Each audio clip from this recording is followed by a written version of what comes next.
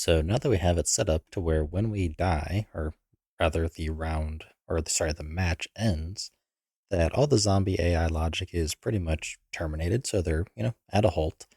I want to start working on the rail system. Well, not necessarily the rail system, but the level sequence that we're going to be using to kind of have the after game, pan around the level. So, for example, when the round ends, we'll just come over here and just start maybe panning and just have various sections where we kind of like go through the map however we see fit, just so we can kind of see an aftermath and give the players, time to kind of review the info so they can see how many points in total they got, how many their friends got, total kills, deaths, downs, you name it. So to begin, we're going to come up here and under cinematic, we're going to grab the camera rig rail and we just want to make a very simple mock-up for testing. So I want to bring mine over here and I basically just want to kind of pan this little section. So basically I'm going to just come over here and do a pan kind of like that. Just start to end, very simple. So drag that in, we're going to double click. I can select it, that little point there, and we'll just extend it up and we'll give it a little bit of a shape to it and just kind of keep going through until we hit the end. So basically here's our path that we're going to take like so, but we're going to be facing there. So next up, we want to grab, or rather bring in, not under cinematic. Which one is it under? Oh, here it is, camera actor. So we bring in the camera actor. Let's go to our outliner and drag it into our camera rail to make it a child. Then we can reset the location and rotation, rotate over by 90, and we'll go up just a little bit, however much we, see fit. So this way our camera is facing that way, and it'll continue to travel across the curve. So for example, if I select this, you can see the camera is moving down the rail. So it's between a value of 0 and 1. So we're basically just going to kind of lerp this. However, we're going to be using a level sequence, so it's not really lerp. Well, I don't know. I don't know how to describe it. It's going to do its own thing. So once we have that, we want to go ahead and start working on the actual level sequence. But I do want to go ahead and try to, somewhat organize this a bit better. So let's go ahead and I'll minimize kind of everything else. So what's in world? Oh, it's all that stuff. So in here, under the level, let's go ahead and just, honestly, we'll just bring it underneath of level. And that's kind of it. It's just going to live here. It doesn't really need to have a category and it's just one of them. And while we're at it, actually, I don't care about the player starts and stuff. I'm not worried about it. So we just want it in there. Go ahead and save. And go to details. And we're going to bring in a level sequence actor. And I'm just going to have it somewhat close to the starting point of our camera rail. And same thing, I want this to be inside of the level folder. And now we need an actual level sequence asset. So we can go ahead and make a new one, throw it inside of our levels, Notster and Toden. And let's call this one the LS for level sequence underscore end game panning. Okay, once we have that, we can double click to open it up and it'll come up down here. So the things I want to be able to keyframe are going to be this rail because we need to keyframe this value and the camera in case we need to adjust its rotation and all that kind of stuff at, any point in time in a way that's not really controllable by the rail. So we can select both, add, and just add the current selection. Easy peasy. And there we go. So we can click this here to basically, go in and out of the camera view itself. And we're going to go ahead and add our first keyframe. So with our camera rig rail selected, let's keyframe the current position on rail. And let's also just go ahead and keyframe the location and rotation of the camera. Now let's go to around the very end And on the camera rig rail, move it all the way to 1 and add a keyframe. So now you can see if I hit play, here we have the camera moving and it makes its way all the way to the end. And that's pretty much what we want. You can see it in the timeline here, and it's at a pretty decent rate. Okay, so that is pretty decent, I'd say, at this point. So what we want to do now is figure out kind of how we want to play this. So the main thing being, we want specifically the level sequence actor, and we can add a tag to it. And I would kind of like to have some kind of global definition for this tag. So that way we can just, find basically a dedicated actor, well, via this tag in case for whatever reason we have more than one level sequence. Let me rephrase. I don't necessarily want to have to do the tag because in our case, we're only going to have one level sequence actor in this. But if you had any sort of intro or something like that where you had multiple, consider using tags. We are just going to do a find actor by class for this type and keep it simple. So to begin, let's head over to our zombies game state, and we have our onRep game ended. So in here, we can do a U gameplay statics and get all actors of class. Now let's go ahead and include the U gameplay statics.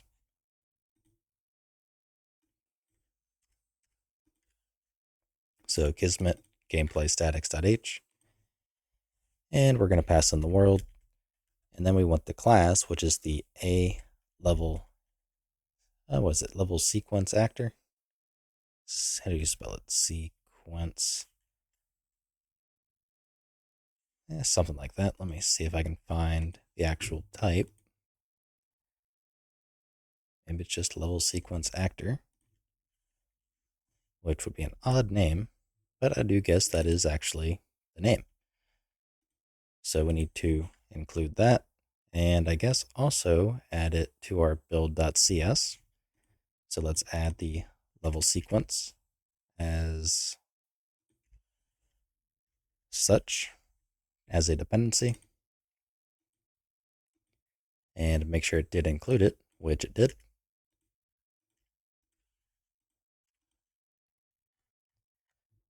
So we want that, and we want the static class, and then we want to go ahead and store it.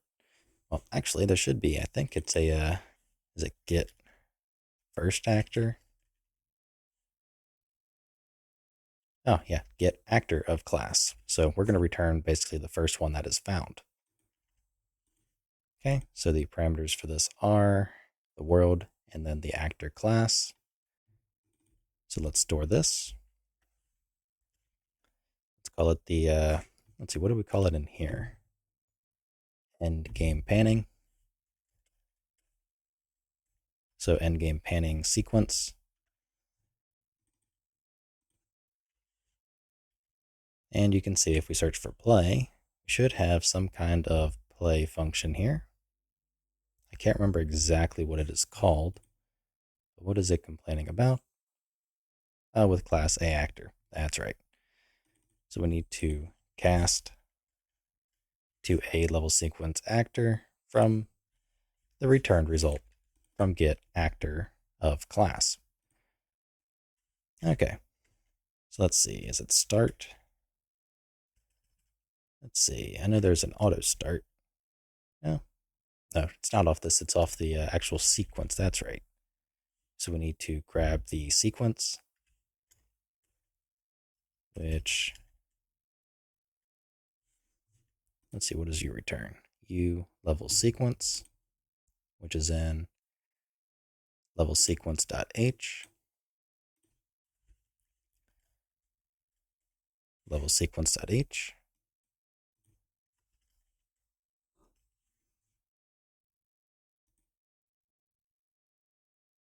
Now, that's probably the main reason, because it is a const function, so we're not able to actually call what we need on it. So I'm going to try in Blueprint and see what all we are, what all it is. So get actor of class, level sequence actor. And there was a, Yeah, play off the sequence player. So we do need the level sequence player.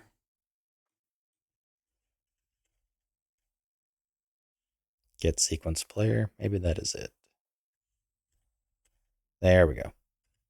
So we can then call play. Okay, so we don't need the level sequence, we need the level sequence player. Then we can simply, well, play it. So let's give this a try. We can delete that.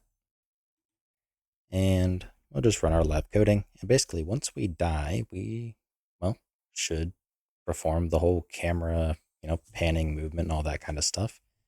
So we don't really need to do, yeah, that's right, I brought in that module. So it's going to do a big compile, which means I don't really want to do it with live coding because I do not trust it. So let me just close the editor down, recompile and relaunch, and we should be good to go.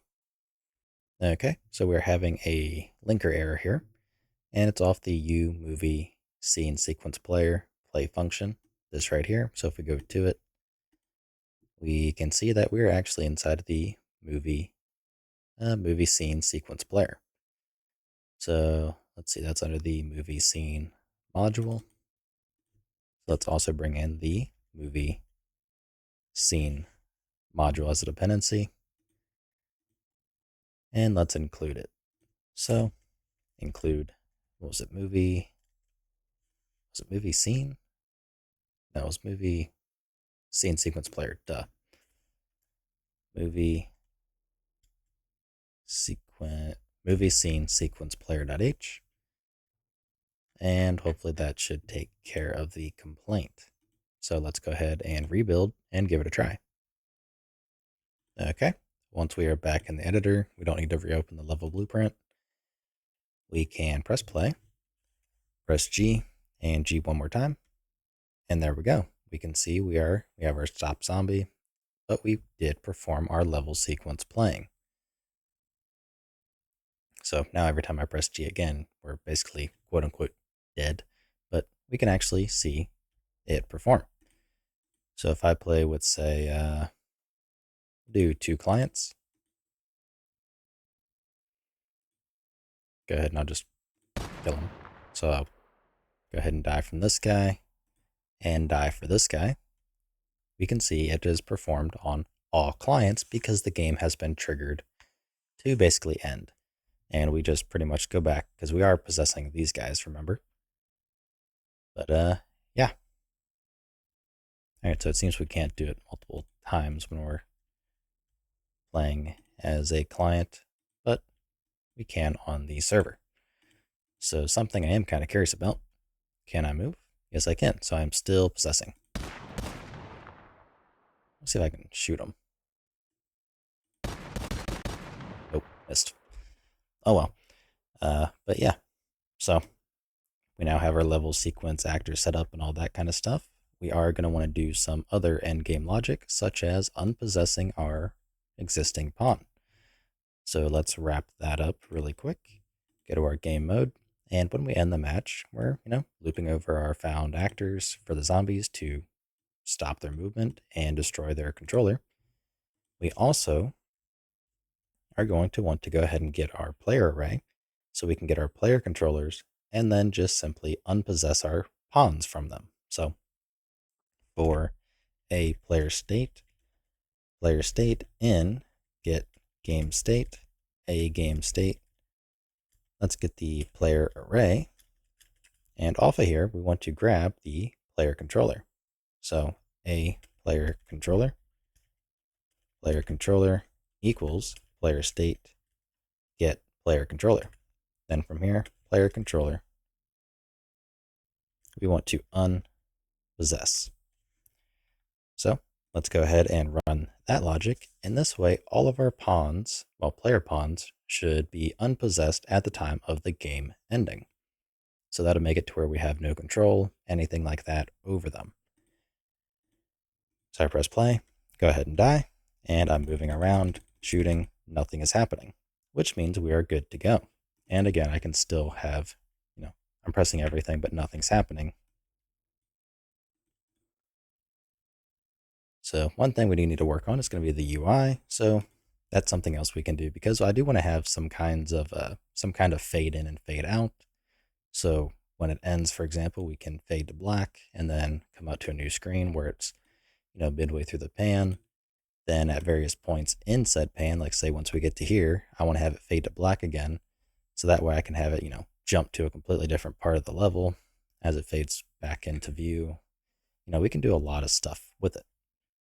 So we're going to have to pretty much just kind of more or less tie it into the UI as some sort of, what do they call it? Like widget animation, UMG animation, something like that. I'm not 100% sure on the name. I haven't done it before, but then again, I've never done this before either. I just watched a tutorial on how to do it, a couple minutes ago. So that's going to be all for this video, and I will see you in the next one. If you like what I'm doing and you want to help support me, you can find a link to my Patreon in the description below, where you can also get early access to this entire series.